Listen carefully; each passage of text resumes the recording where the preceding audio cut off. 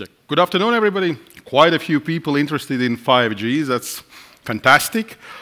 As Bartic already introduced, I'm from LMT, Latvia Mobile Telephone, the largest operator, and we have multiple activities regarding 5G and cybersecurity. First of all, if we look from semantics perspective, they actually tell us a lot of bad things, a lot of nasty things happen, and one of the things we were thinking whether to put it in presentation or no, because it's sort of dangerous, but it's really worthwhile to put it there. A lot of new attacks, existing attacks, and probably future attacks will happen from IoT devices. That is very, very important when somebody chooses an IoT project or, say, even a smart thermostat back home, to evaluate it, to put it a significant amount of energy and research so you get a safe one. Last week there were quite a few retweets and also Facebook posts on IT people do not have wise smart thermostats back home. I don't. I know some very smart actual IT people that do have, and it's not that bad. Question is, how do you manage them? How do you choose them? How it actually works? Back to the 5G. 5G, usually, it's not a misconception, but the conception is that it's about speed and latency, which is correct, but that's not the whole truth. One of the areas currently pretty much overlooked is the low spectrum, which would actually improve quite significantly coverage in these particularly rural areas where probably nobody needs, well, like 10 gig connection immediately, but it would be nice if we could do our daily work, pay our bills, do our small business somewhere near the, well, where basically nothing exists, as you probably know. Latvia is a great country. Some Latvians tend to say Latvia is a small country. Well, what do you mean by small? It's much bigger than Belgium. It's, well, times and times bigger than Luxembourg. It's bigger than Netherlands. We're not a small country. We're just not overpopulated yet. And yes, that sometimes causes question about coverage. We have relatively good coverage. It's close to 100%, but it's never 100%, and with perfect coverage everywhere. Also, the spectrum mid-range and the high range, where this is a red one, what most of the articles on the internet talk about. That's very, very high speeds. That's super low latency. We're speaking about millisecond, even sub-millisecond speeds, which is great, but it's very narrow usage, at least for the time being. That's only for industrial internet. No alive person with the tools and gadgets they would use in their private life would need that now. I'm not saying never. One of the good examples I'll cover a little bit later is aviation, all sorts of, like drones. When somebody flies significantly faster than 300 kilometers an hour, then it suddenly becomes important latency, and there are a lot of other use cases as well. One of the key things with 5G is that finally the architecture has been built properly. Probably everybody hears a lot of send an SMS and your device will freeze, do this, do that. That is, unfortunately, to the old generation, well, design flaws, where what we call user planes. That's where your SMSs are, your internet traffic, all your messengers, videos, social life, whatever. That lives in a user plane. If there is a way how to escape from control plane, which is supposed to be the device speaking to the mobile network, if one can escape from this to the user plane or other way around, bad things happen. And this slide, well, I will not go through each and every piece. The source is Nokia, but it's mostly coming from the 3GPP standard plane, which displays that every piece and component in this architecture is isolated. Good thing is that we are also getting into more, hopefully so, in more manageable area, because these days it's all about the same technologies we're using in IT, in cloud. It is a cloud. It most likely, in our case, will be local on-prem cloud. It's a lot of virtualization, other IT techniques we already know. With a good architecture and good standards, and with 5G, one of the, yet another thing is that not yet all standards have been published and made. I think the next release will be the breakthrough, which will bring a lot of key components for security. Currently, this is how it's designed. So again, authentication is separate from access and mobility management, and unified data management is separate from session management, so it's all done properly. When we talk to the vendors, and we're pretty open and talk to them and they share their roadmaps, we see that, well, standards are a little bit lagging behind the hype that's already created, because if you go to like Mobile World Congress, no matter it's Barcelona or other place, well, you've seen probably 5G for 3, 4, 5 years already. Reality is that everybody wants to be there, the hype is big, and a little bit still needs to be done in order to get there. One additional thing that comes with these 5G new services is that you, or most likely the integrated the service providers, can add their own modules. That's here, the service-based APIs. They are defined. In some previous versions, one might probably have to sort of hack in order to get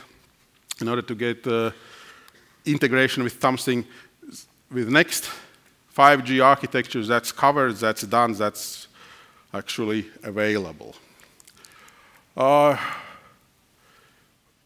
Network slicing is an important concept. Current mobile networks are best effort networks. So it's probably a while already, but if you remember maybe 10 years ago when it was midnight, New Year's Eve, everybody tries to call each other, everybody tries to send text, nothing happens.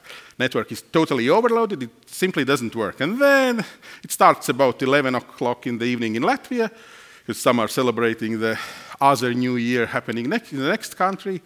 And it ends somewhere roughly at 1 when Europe also has got their New Year's Eve done.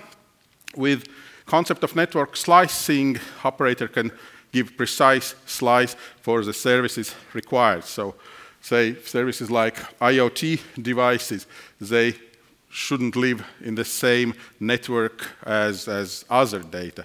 We have things like telephones and smartphones, which probably tablets and smartphones, we generate a lot of traffic, mostly used for internet browsing.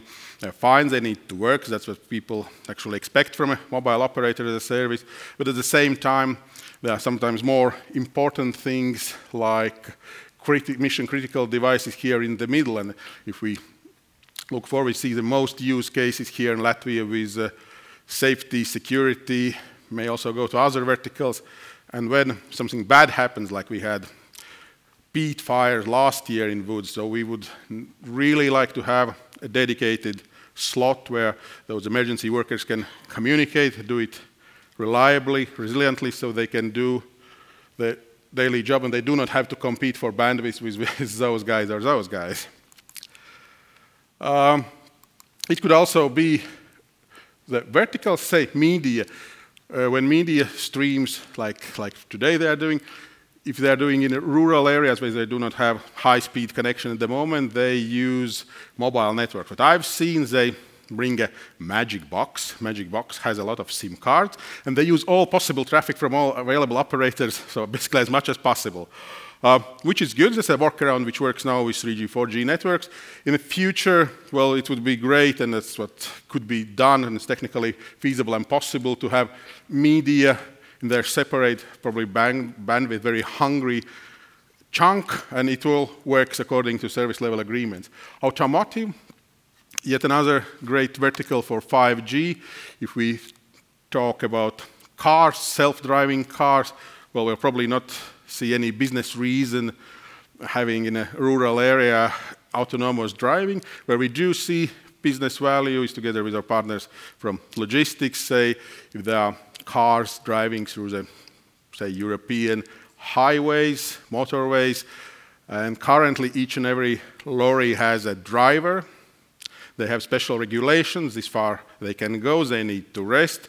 When they rest, there is a risk involved, they might get robbed, other bad things can happen.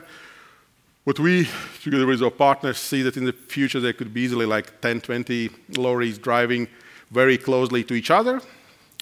They are talking to each other, they observe what's happening, and if something bad happens and the machine cannot get itself out, always we could send a rescue team, but in this case, this car or lorry could drive for say, 24 hours a day, and those guys taking care of delivery would sit during the winter in warm offices, during the summer it's going to be air-conditioned office, so also humans will benefit and it will be much more enjoyable work.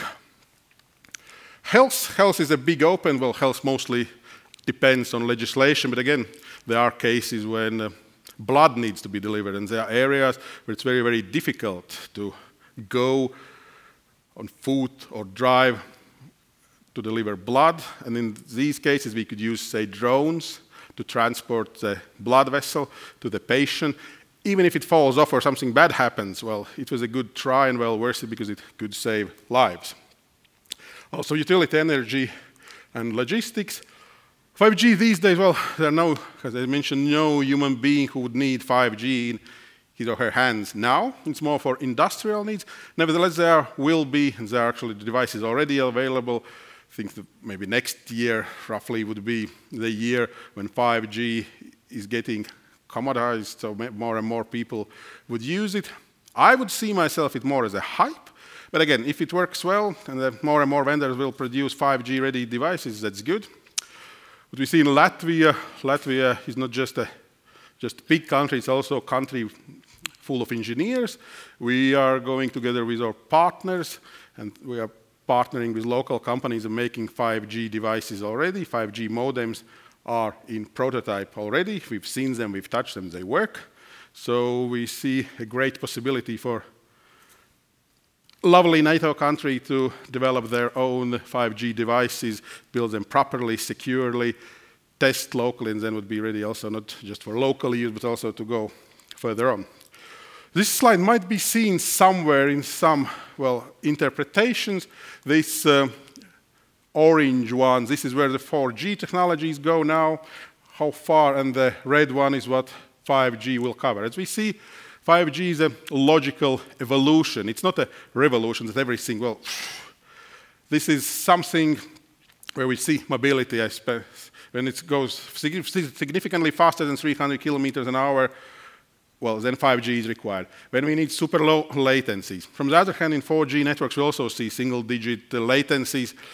This is something we are seeing already in our networks. This is for those types, well, like cars, like drones, like public safety and those type of things. Currently, if we look at the IoT devices, we cannot really guarantee a million devices per square kilometer working properly, even if they don't need high bandwidth. Yet another thing that could be solved with 5G, network density.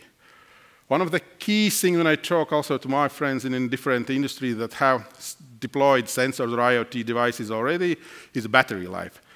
Labor is relatively affordable still, but it's going to get more expensive everywhere, including Latvia. These days, most of the devices that cannot be plugged into reliable source of electricity, they have batteries. Batteries need to be changed, and unfortunately, these days, those batteries need to be changed once a year, sometimes even sooner than that, and that's real cumbersome because the device doesn't work anymore.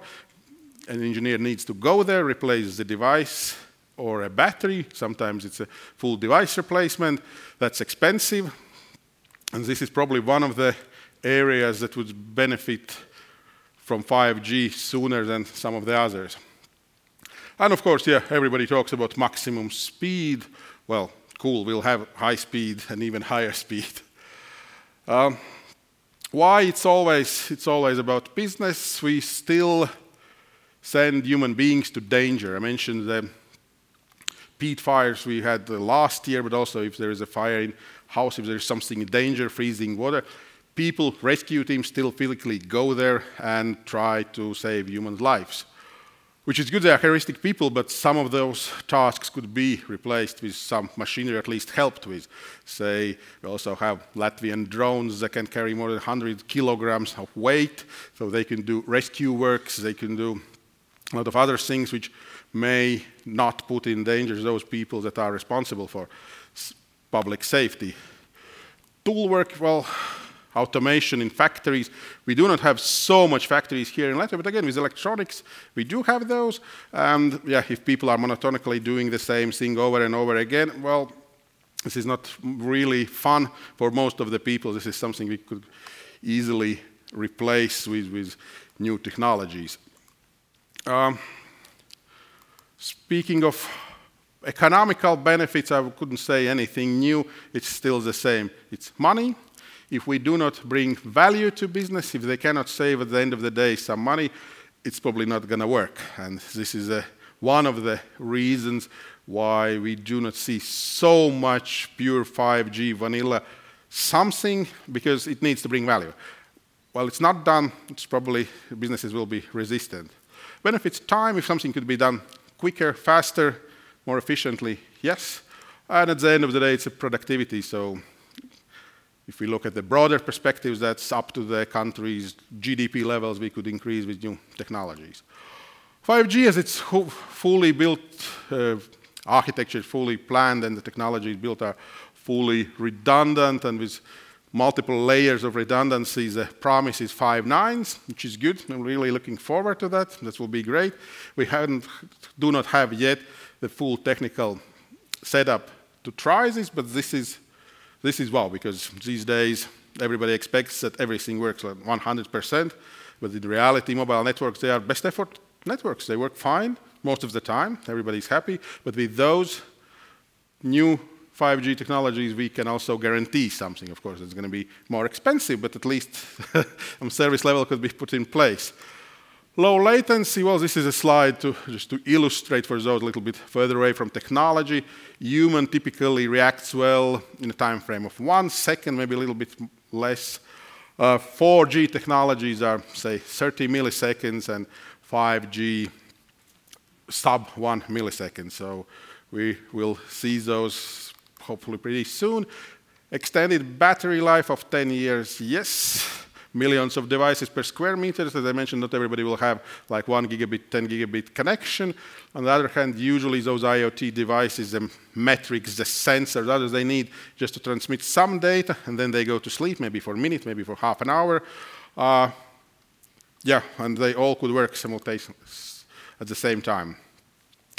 This is, yeah, one more 5G general slide on enhanced mobile broadband.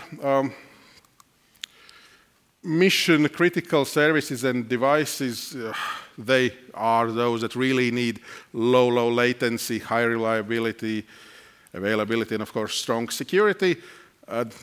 Referring back to the slide of this architecture which has slices, these concepts put together with good implementation of the standard architecture will bring the security value, and we'll see much safer networks than we see now. On the other hand, mobile networks are probably the safest networks already for private use. Say if you use a public Wi-Fi here or somewhere else, everybody can look at your traffic and try to do some bad things. In a typically configured out-of-the-box mobile network, a device wouldn't be able to see another device, so it couldn't harm the other device. And, well, it's also not that expensive anymore. Massive Internet of Things, which also needs to be low cost and ultra low energy with deep coverage. So if we put a slide with low frequencies, like 700 megahertz plus great battery life, we can see the good devices with extra long battery life, and will be coming. This is old good saying that everything is as strong as its weakest link. In the area of everything's connected, one of the weakest things, of course, is still human, and we had a great session that human is one of the factors, but also how the device is built. To build a mobile network, it requires millions and millions of euros. A device, a thermostat, is probably 10, 50 euros. It's already expensive thermostat. And if we put those together, then the good and properly planned network security doesn't add so much value if the end devices are probably connected to mobile network, maybe to some open Wi-Fi. They have still very old busy boxes inside. So at the end of the day, it's a real pity that it could have been done properly. It's not. What we see is that when you choose your new smart device, even if it's the smallest one, your watch, your thermostat, your camera back home, maybe a forest camera. Some of my friends are those owning forests. They want to take a look on forests. They want to see animals crossing. They want to see other things. They have cameras. Cameras run on battery. In most of the cases, yeah, but you know, those cameras you suggested are way too expensive. I said, I'm sorry. Well, I suggested something that both works and is reasonably secure. There will always be alternatives, but that's then your choice to basically pay less for significantly less security. Reliable seller, we've seen during our investigations, devices, brand new devices, shrink rapidly. They smell new, and they're infected from the very beginning. So they came over, in most cases they come from other continents, wouldn't mention which one exactly, but they are pre-infected already. And then, well, you can do whatever you want. You can do mobile device management. You can put, as previous speaker said, IPS. It's too late. You should have sourced it properly. Your supply chain matters very much. You really need to take care on where you get them, how you implement them, who are your partners, and even who brings the device to you, because those things also happen that device gets chips changed, they've got infections, they get something else during the times they've been manufactured and when you get them. And of course, yeah, safe network, mobile network, properly planned enterprise networks. These are the networks you would really like to run your new technologies, new devices, and then also 5G-enabled devices. So that would conclude my speech. I was very open to questions, if there are any.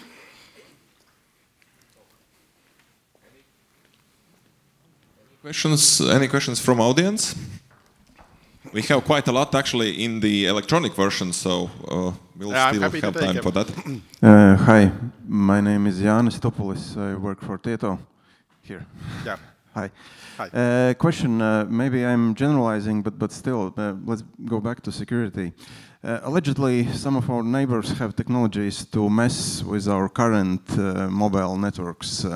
At least that's what we are told. Could you comment on that kind of security improvements which 5G could bring us?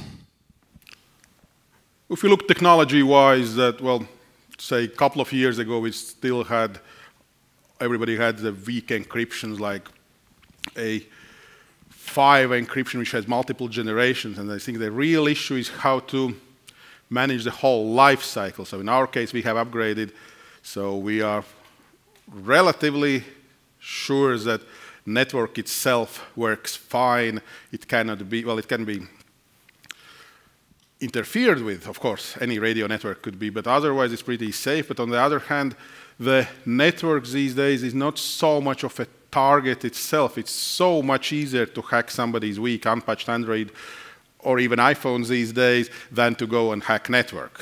So we see most of the attacks coming to end devices rather than the network itself. Okay, thank you. And we have an electronic question. So the first is one more. Yeah, quite a lot actually. But okay. Okay. Go. Hi, I'm Robert from Virgin Mobile in the UAE. I was just curious, following the question that just happened, does 5G have anything in it that would help it deal with contested networks? So if you do have an active attack going on in your infrastructure, does 5G have any kind of capabilities that would allow you to sort of keep resiliency up? You talked about segmentation earlier, but would that actually work if you had your police services as an example in its own segment? The scalability would come similar to the cloud services, because currently the old-style telco hardware is a physical piece of hardware, and you have like 4 of those, you just have 4 of those. With the new 5G technologies, we would have basically, it's standard type of server, so we could scale up to the level required. Of course, well, there could be acts of God where we get more harm, but in those scenarios, we would have it geographically dispersed, and we do have actually those. So we have scalable, it's not put in the same place, and we would be able to scale as needed. Of course, if there are tanks coming and shooting at our towers, yeah, that's a different story. We are talking about logical side. Okay, thank you. Now the electronic one. So how do you address security threats in 5G hardware vendor selection? That is up to the end customer, most likely working together with its suppliers. What we do at LMT, we do not put any new service to the business customers before we have it tested.